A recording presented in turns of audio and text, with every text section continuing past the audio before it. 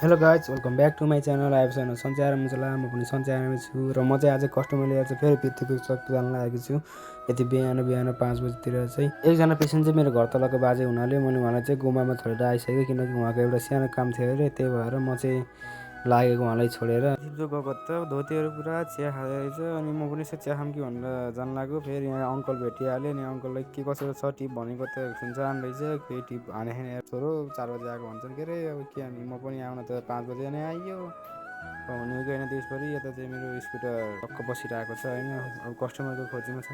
कुर्दा मैले फेरि 1 घन्टा पछाडि एउटा पेसेन्ट पाएको थिएँ। राख हस्पिटल छोडेर आउँदाखेरि बाटामा चाहिँ यस्तो दृश्य रहेछ। यहाँ चाहिँ आर्मीहरूले चाहिँ ट्रेनिङ गर्दै रहेछन् हेलिकप्टरमा।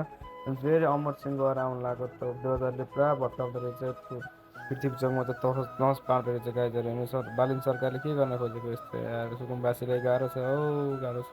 त्यो घाममा दुःख गर्नु पनि मजै छुटेछ। एकजना दिदीले यहाँ खसी बजार चलाएको 2 छिटो म त कति खुसी भएँ। र यो चाहिँ हाम्रो पोखराको एकमात्र खसी बजार हो। यहाँ चाहिँ एकदम भेराइटीको खसीहरू पाउँछ। बिहानसम्म कोही पनि थिएन, 1 बजे खाना खाएर सबै पठाउहरू पनि आइसक्यो चोकमा। फेरि पनि यता तालबराको ट्रिप लगाएर एकजना पेसेन्टले मैले लिएको थिएँ। र यहाँ चाहिँ फेरि बिहानको त्यो हेलिकप्टरको पानीमा चाहिँ ट्रेनिङ हुँदै रहेछ गाइजहरू। फेरि यहाँ धेरै त्यो मान्छेहरू मर्छन् नि त, अनि त्यही भएर त्यसको बचाउको लागि यहाँ चाहिँ यस्तो ट्रेनिङ हुँदै रहेछ। गाइजहरू म चाहिँ मान्छे छोडेर चाहिँ लेक्चरबाट घर जान लागेको थिएँ, अनि ट्याक्सीले त ओभरटेकै दिएन। मैले हर्न हानेर ओभरटेक हानेर अगाडि गएँ, अनि एकछिनमा तेल सकिएछ, अनि 500को तेल हालेर घर गएको त पानी परेर हेर्नु न, अनि स्कुटर थन्काएँ मैले। अनि आजको लागि चाहिँ भ्लग यति नै चाहिँ गाइस। अब यहाँदेखि मलाई चाहिँ माथि जान मन लागेन। यस्तो भिडियोको लागि सब्सक्राइब गर्नु होला।